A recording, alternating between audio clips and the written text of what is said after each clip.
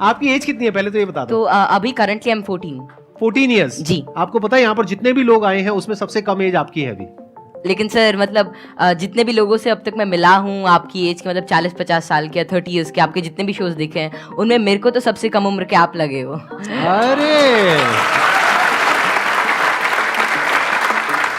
ये बताइए मेरे को कि आपकी ये शुरुआत कैसे हुई। जब मैं 5 साल का था तो मुझे लिखना पढ़ना कुछ नहीं आता था। फिर ऐसे ही था कि मैंने 10-15 दिन में ही मतलब लिखना पढ़ना, like all the alphabets and everything I learn them. तो उसके बाद गर्मियों की छुट्टियों की बात है तो मेरे पापा जी एक स्कूल रन करते हैं छोटा सा गांव में, तो वहाँ पर मैं पढ़ता था। कहाँ के रहने वाले हो आप? मैं करनाल।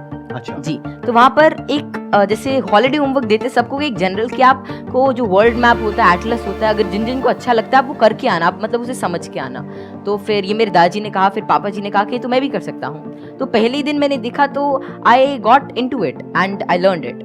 मैं उसमें सवाल पूछता गया और जितने भी मेरे कुछ भी मन में रहता तो वो सब आता गया and within 20 days something I got used to it और मुझे बहुत ही अच्छा लगने लगा।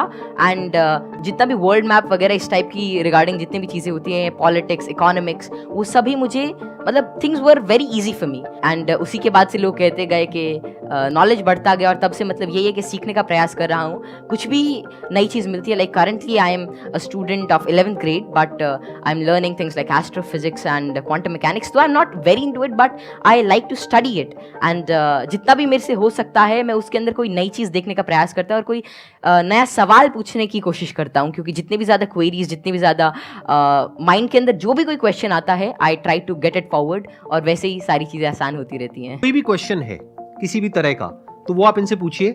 मैं ये जानना चाहता हूँ कि क्या हम यूनिवर्स को जान सकते हैं कि वो कितना बड़ा है, या हम अभी तक जान पाए हैं? जी।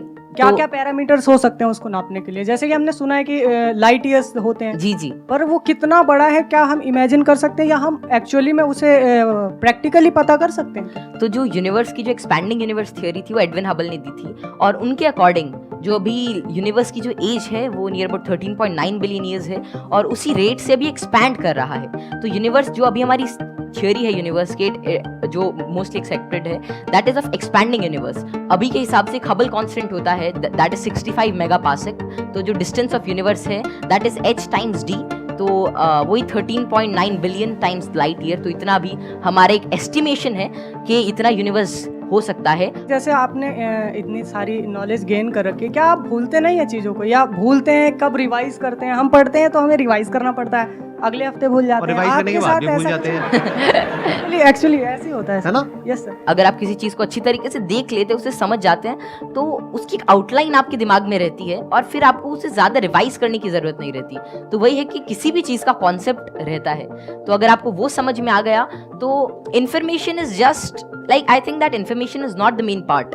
If you understand the thing properly फिर आपको वो सारी चीजें आसानी से याद रहती है, आपको कोई उसके लिए एक्स्ट्रा एफर्ट्स नहीं करने पड़ते। सर पूछ रहे थे, बोल रहे थे ना कि मैं मैटर के बारे में स्टडी कर रहा हूँ, तो मैं ये जानना चाह रहा था कि जो इलेक्ट्रॉन प्रोटॉन है इनका मतलब सबसे पहले किसने बताया था इनके बारे में? तो इलेक्ट्रॉन की जो डिस्कवरी थी, तो यार 9th क्लास की एनसीईआरटी में मिल जाता है। तो जो इलेक्ट्रॉन की डिस्कवरी थी वो जे थॉमसन ने करी थी और प्रोटॉन जो मिला था वो रदरफोर्ड के एक्सपेरिमेंट से हमने डिड्यूस किया था। और चैडविक ने मतलब जेम्स चैडविक ने जो बेरिलियम की मतलब जो रेडियो एक्टिव सोर्स से डीके को स्टडी किया था, उससे न्यूट्रॉन के बारे में पता चला था। ये तो बहुत बेसिक क्वेश्चन है, कुछ अच्छा पूछो।